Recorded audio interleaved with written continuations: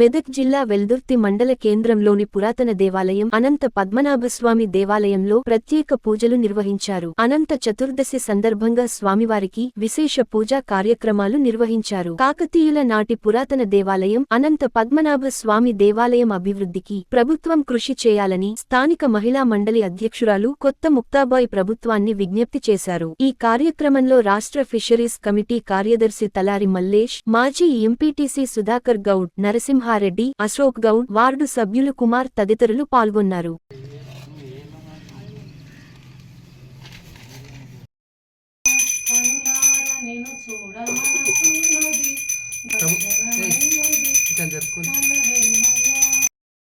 మొక్కురి జర అక్కడ ఆరతి తీసుకున్నట్టుగా.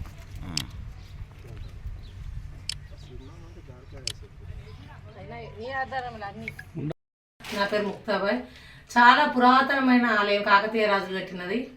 వెల్దుర్తిలో వెలుగు పోయి వెల్దుర్తి అయింది. అనంత పద్మనాభ స్వామి వెలుగు ఒక్కొక్క కార్తీలో ఒక్కొక్క కిరణం పడుతుండే ఈ దేవుని మీద. అనంత పద్మనాభ స్వామి ఇవాళ అనంత చతుర్దశి. ఈ రోజు ప్రత్యేకత ఏమది? అనంత చతుర్దశి అంటే వత్తులు కాల్చుకుంటారు. 1,00,000 ఒత్తులు, 1,00,00,000 ఒత్తులు ఇవాళ కాల్చుకుంటారు.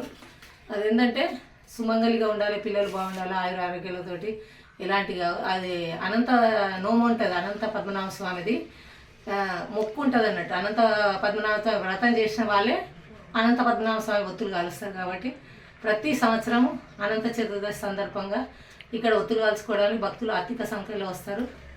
అది పురాతనమైన కాకతీయ రాజులది కాబట్టి అందరూ వచ్చి వాళ్ళ జన్మ ధన్యం చేసుకోగలరని కోరుచున్నాను.